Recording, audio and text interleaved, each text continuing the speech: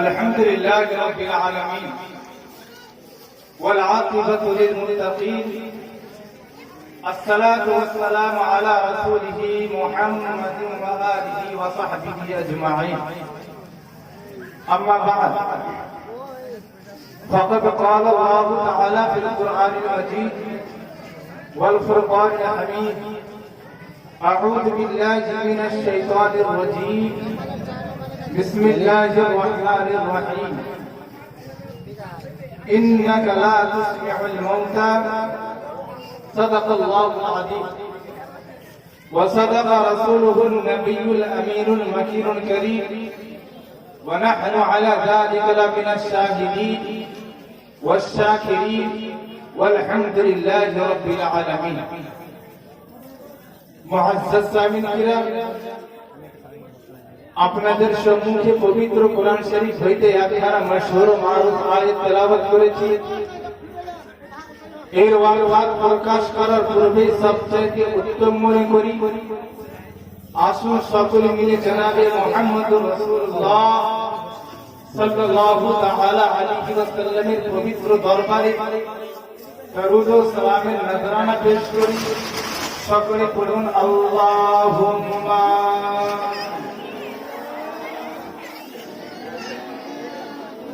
মাওলানা মুহাম্মদ ওয়ালা আলি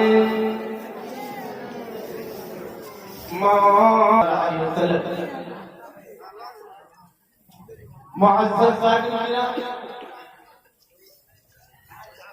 পবিত্র কোরআন শরীফের মধ্যে আল্লাহ রাব্বুল আলামিন ঘোষণা করলেন ইন্নাকা লা তুসমিউল মাউতা। এই আয়াত কবে অবতীর্ণ হয়, কবে নাযিল হয়? যে সময় নবী করিম সাল্লাল্লাহু তাআলা আলাইহি ওয়াসাল্লাম মক্কার সরজমিনে অর্থাৎ আরবের বুকে ইসলাম ধর্ম প্রচার করতে প্রত্যেক ধর্মীদেরকে আমন্ত্রণ জানালেন। নবী কারীম সাল্লাল্লাহু তাআলা আলাইহি ওয়াসাল্লাম ইসলামের দাওয়াত দিলেন যে হে বেধর্মীরা শোনো, তোমরা ইসলাম ধর্ম গ্রহণ করো। অর্থাৎ নবী কারীম সাল্লাল্লাহু তাআলা আলাইহি ওয়াসাল্লাম দ্বীনের দাওয়াত দেওয়া আরম্ভ করলেন মক্কাবাসীদেরকে, যিনারা নবী কারীম সাল্লাল্লাহু তাআলা আলাইহি ওয়াসাল্লামকে চিনতে পেরেছিলেন, এক বাক্যে কালিমা শরীফ পড়ে নিয়েছিলেন লা ইলাহা ইল্লাল্লাহু মুহাম্মাদুর রাসূলুল্লাহ সাল্লাল্লাহু তাআলা আলাইহি ওয়াসাল্লাম। এই ধর্ম প্রচার করতে করতে যখনই আবু জেহেলের দরবারে পৌঁছলেন নবী কারীম সাল্লাল্লাহু তাআলা আলাইহি ওয়াসাল্লাম, নবী পাক বলছেন এই চাচা যান, আমি ধর্ম এনেছি যার নাম ইসলাম, তার মানে হচ্ছে শান্তি। ইসলাম একটা এমন জিনিস চারিদিকে শান্তি তার মধ্যে। অর্থাৎ হে আমার চাচা যান, তুমি ধর্ম গ্রহণ করো। আবু জেহেল কোনো কথাই শুনে না, কোনো কথাই মানে না।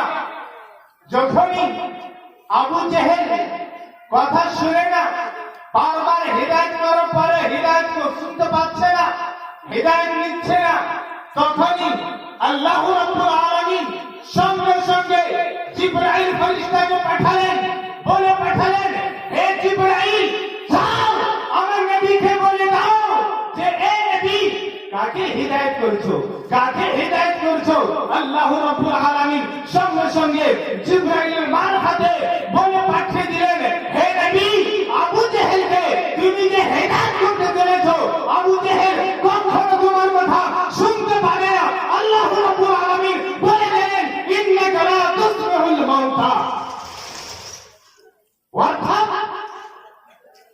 আবু জেহেল মুর্দা, সে শুনতে পাবে না।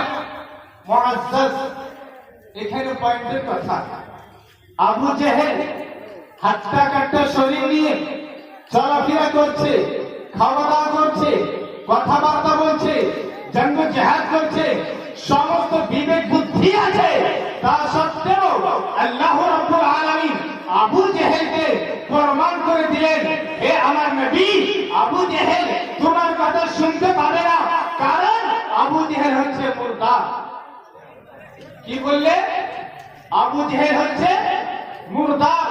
মুআজ্জাজ সামিল কিরাম, আমরা বুঝতে পারছি আবু জেহেল চলাফেরা করছে, কথাবার্তা বলছে, সমস্ত কাজকর্ম করছে, বুদ্ধি বিবেক খাটাচ্ছে, তা সত্ত্বেও আবু জেহেলের ক্ষেত্রে আল্লাহ রাব্বুল আলামিন কোরআন পাকের ওই আয়াত নাযিল করলেন, ইন্নাকা লা তাসমিউল মাউতা, অর্থাৎ আবু জেহেল কথা শুনতে পাবে না, মুর্দা। মুআজ্জাজ সামিল কিরাম, কিন্তু কি যিনারা ইসলামের ক্ষেত্রে, ইসলামের জন্য, ইসলামের কারণে যিনারা নিজের প্রাণকে ত্যাগ করে দিয়েছেন, তিনাদের ক্ষেত্রে আল্লাহ রাব্বুল আলামিন কি বলেন? লা তাহসাবান্নাল্লাযীনা কুতিলু ফী সাবিলিল্লাহি আমওয়াত বাল আহয়াউ।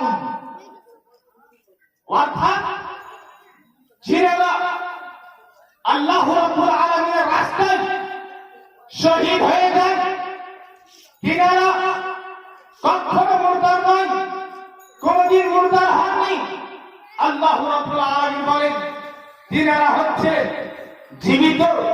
মুআজ্জাজ সামিল কিরাম, এখানে চিন্তার বিষয়, কোন ভক্ত যদি আল্লাহ পাকের রাস্তায় যদি শহীদ হয়ে যায়, আমরা কি বুঝতে পারছি যে গলা কেটে গেছে, মাথা একদিকে, হাত একদিকে, কলিজা একদিকে কেটে পড়ে আছে, শরীর একদিকে কেটে পড়ে আছে, সমস্ত অঙ্গ সমস্ত জায়গায় ছড়িয়ে ছিটিয়ে রয়েছে।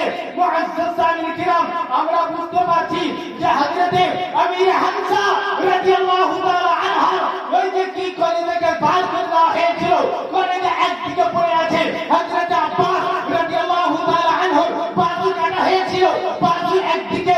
হযরতে ইমাম হুসাইন রাদিয়াল্লাহু তাআলা আনহু মাথাকে কাটা হয়েছিল, মাথা একদিকে। মুআজ্জাজ সামিল কিরাম, আল্লাহ রাব্বুল আলামিন বলেন, হে আমার বান্দারা, আমার বান্দা যে বান্দা হবে, তার মাথা যদি কাটা থাকে তাকে মুর্দা বলিও না, কলিজা যদিও কাটা থাকে, হাত যদিও কাটা থাকে, সমস্ত অঙ্গ যদি চক্রাচূর হয়ে থাকে, ছড়িয়ে ছিটিয়ে থাকে, সে কখনো মুর্দা হতে পারে না, সে জীবিত।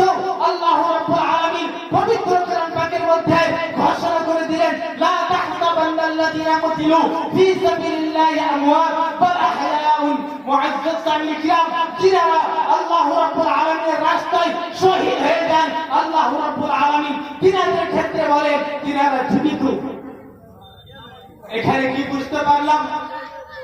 যে নবী পাকের প্রেম, নবী পাকের মহব্বত এমন একটা জিনিস, যে নবী পাকের মহব্বত আশিকে রাসূলকে মুর্দা থেকে বাঁচিয়ে দিলেন। আর যিনারা কাফার রাসূল, তিনারা যারা জীবিত রয়েছে, তবু আল্লাহ রাব্বুল আলামিন তিনাদের ক্ষেত্রে মুর্দার ঘোষণা করে বলেন, সুবহানাল্লাহ। আজকে আমরা আর কি বুঝতে পারি? যে সবাইকে একমতই দেখতে পাই। অনেকে বলে নবী করিম সাল্লাল্লাহু তাআলা আলাইহি ওয়াসাল্লাম আমাদের মতো সাধারণ ব্যক্তি ছিলেন। মুআজ্জাজ সামিল কিরাম এই কথা বলে নিজের সঙ্গে তুলনা করে দিল, সে বাতিল না। মুআজ্জাজ, আপনারা চিন্তা ভাবনা করুন, নবী করিম সাল্লাল্লাহু তাআলা আলাইহি ওয়াসাল্লামের সবচেয়ে নিকটবর্তী কে ছিলেন? হযরত আবু বকর ছিলেন, হযরত উমর ফারুক ছিলেন, হযরত উসমান গনি ছিলেন, হযরত মাওলা আলী ছিলেন, হযরত আমির হামজা ছিলেন, হযরত আব্বাস রাদিয়াল্লাহু তাআলা আনহু ছিলেন। সমস্ত সাহাবী রাসূল নবী পাকের নিকটবর্তী।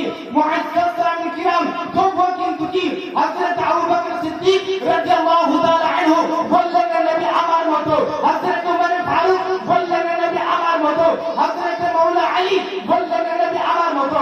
হযরত উসমান গনি বললেন, নবী আমার মতো। হযরত আব্বাস রাদিয়াল্লাহু তাআলা আনহু বললেন, নবী আমার মতো। হযরত হামজা রাদিয়াল্লাহু তাআলা আনহু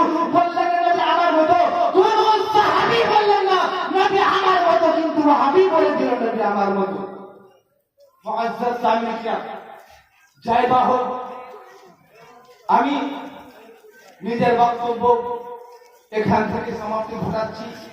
বুঝতেই পারছেন যে আমাদের মেহমান চলে এসেছেন। জয় বাহক, এবারে আপনাদের সম্মুখে আপনাদের সুপরিচিত আলিম হযরত